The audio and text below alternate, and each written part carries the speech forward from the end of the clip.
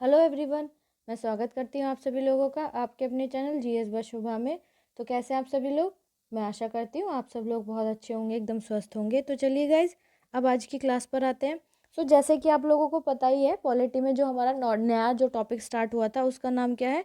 केंद्र राज्य संबंध, या हम कह सकते हैं सेंटर स्टेट रिलेशंस। तो आज हमारे इस टॉपिक की सेकेंड क्लास है, ठीक है।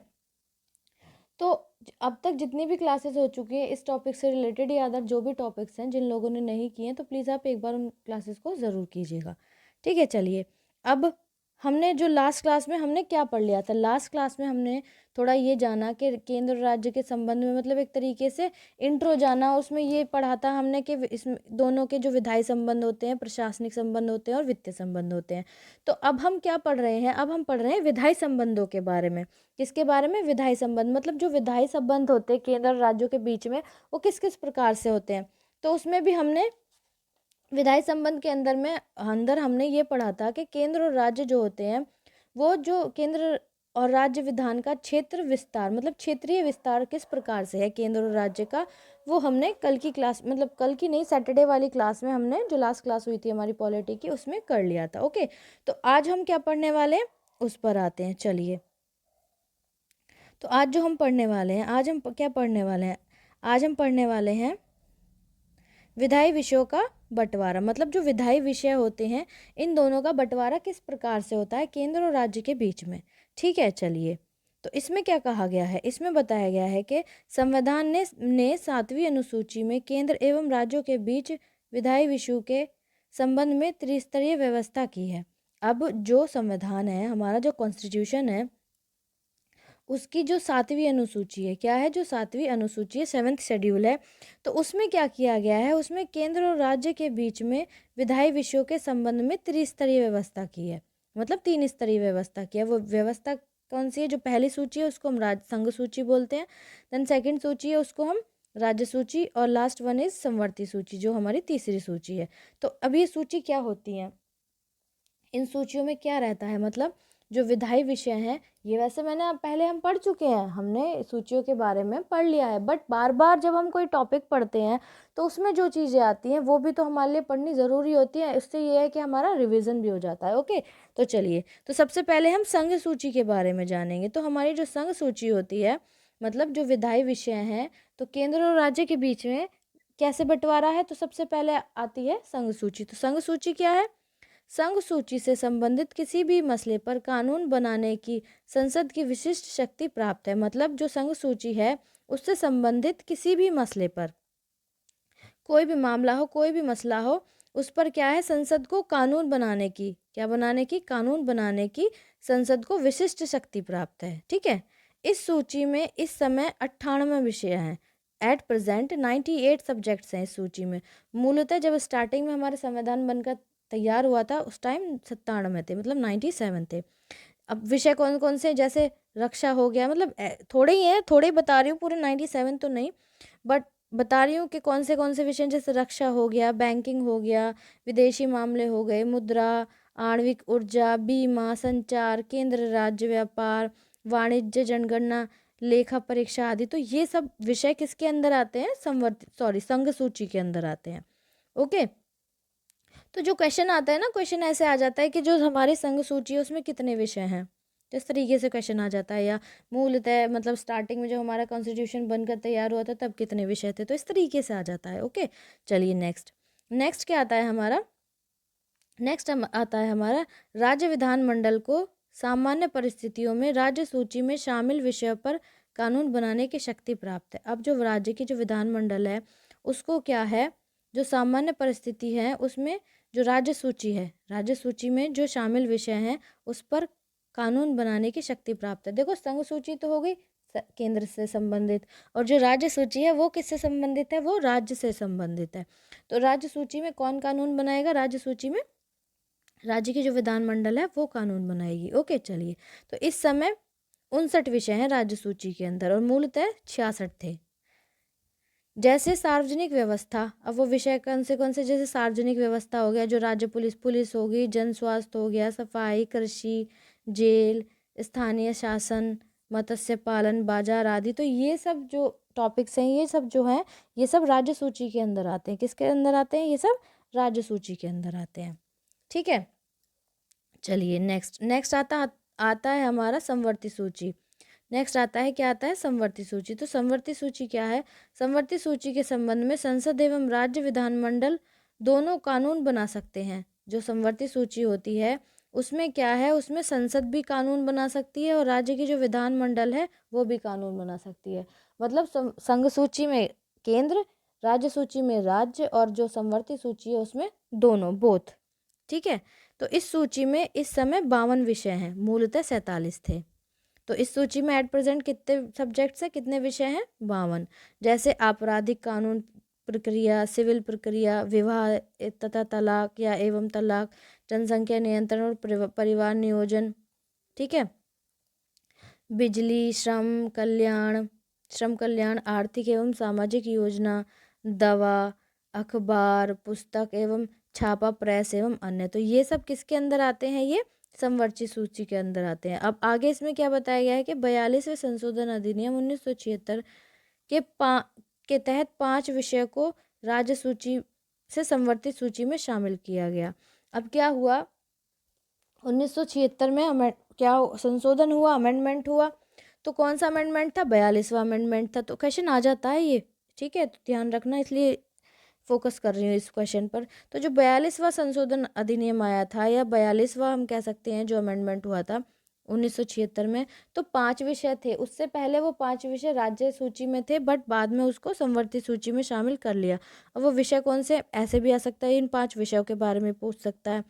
पहला है शिक्षा, वन, नाप एवं तोल, वन्य जीवों एवं पक्षियों का संरक्षण, न्याय का प्रशासन। तो ये कौन से किस में आते हैं? ये अब समवर्ती सूची में आते हैं। ठीक है, चलिए नेक्स्ट है संविधान एवं उच्चतम न्यायालय एवं उच्च न्यायालय के अतिरिक्त सभी न्यायालय का संगठन। हमारे जो कॉन्स्टिट्यूशन है, सुप्रीम कोर्ट है और हाई कोर्ट है, इन तीनों को छोड़कर जो भी इसके अलावा जो लोअर कोर्ट्स हैं या न्यायालय वगैरह हैं, उनका संगठन, तो वो भी इसमें आता है। ओके, चलिए नेक्स्ट क्या है? नेक्स्ट आता है संसद को यह शक्ति प्राप्त है कि वह भारत के किसी भूभाग के किसी भी विषय पर कानून बना सकती है। अब जो संसद है, जो हमारी पार्लियामेंट है, उसको ये शक्ति है, ये पावर है कि वो भारत के किसी भी भूभाग पर, जो हमारा देश है भारत, उसके किसी भी भूभाग पर, किसी भी भाग पर क्या है, किसी भी विषय पर कानून बना सकती है। जो क्या है, जो कि किसी राज्य में शामिल नहीं है, जो कि क्या नहीं है, किसी भी राज्य में शामिल नहीं है, भले ही वह विषय राज्य सूची के अंतर्गत सम्मिलित है। भले ही वो विषय जो है राज्य सूची के अंतर्गत सम्मिलित हैं, तो तब भी क्या है, संसद कानून बना सकती है, संसद को यह अधिकार है। इस प्रावधान का संदर्भ संघीय क्षेत्र अथवा अधिग्रहित क्षेत्र यदि कोई हो से क्या है, बनता है। ओके, चलिए, तो आई होप इतनी बात आपको क्लियर हो गई होगी। चलिए नेक्स्ट पॉइंट आता है हमारा इसके अंदर। नेक्स्ट पॉइंट है 101वें संशोधन अधिनियम 2016 ने वस्तु एवं सेवा कर से संबंधित विशेष प्रावधान बनाए।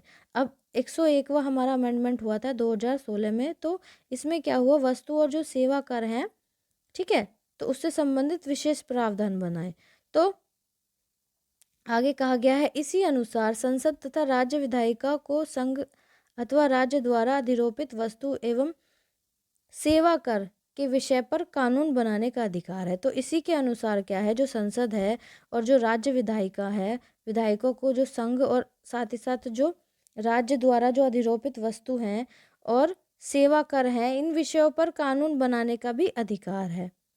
आगे है, पुनः संसद को यह विशेष शक्ति प्राप्त है कि वह वस्तु एवं सेवा कर के विषय में कानून बनाए यदि वस्तु अथवा सेवा अथवा दोनों की आपूर्ति अंतरराज्य व्यापार या वाणिज्य में की जा रही है। पुनः जो संसद है, जो पार्लियामेंट है, उसको यह विशेष शक्ति प्राप्त है कि वह वस्तु और सेवा कर, जो गुड्स और सर्विस टैक्स होता है, उसके विषय में कानून बनाए। कानून बनाए, क्या बनाए, कानून बनाए यदि वस्तु अथवा सेवा या फिर दोनों की आपूर्ति अंतरराज्य व्यापार या फिर वाणिज्य में की जा रही है। ठीक है, आई होप इतनी बात आपको क्लियर हो गई होगी। चलिए नेक्स्ट आगे चलते हैं। नेक्स्ट क्या है, अवशिष्ट सूची से संबंधित विषय, ये 2 बार लिख गया है, जो 3 सूचियों में सम्मिलित नहीं होते पर विधान बनाने का अधिकार संसद को है। इस अवशिष्ट शक्ति में अवशिष्ट करों और आरोपण के संबंध में विधान बनाने की शक्ति भी शामिल है। अब जो अवशिष्ट सूची से संबंधित विषय हैं, जो अवशिष्ट सूची मतलब कि जो तीनों सूचियों के अलावा जो सूची आती है उसमें जो विषय आते हैं, मतलब इन तीनों की सूचियों के अलावा जो विषय हैं, तो उस पर कानून कौन बनाएगी, उस पर जो कानून बनाएगी वो संसद ही बनाएगी। ठीक है, चलिए कहने का मतलब इसका ये है। चलिए नेक्स्ट आगे चलते हैं।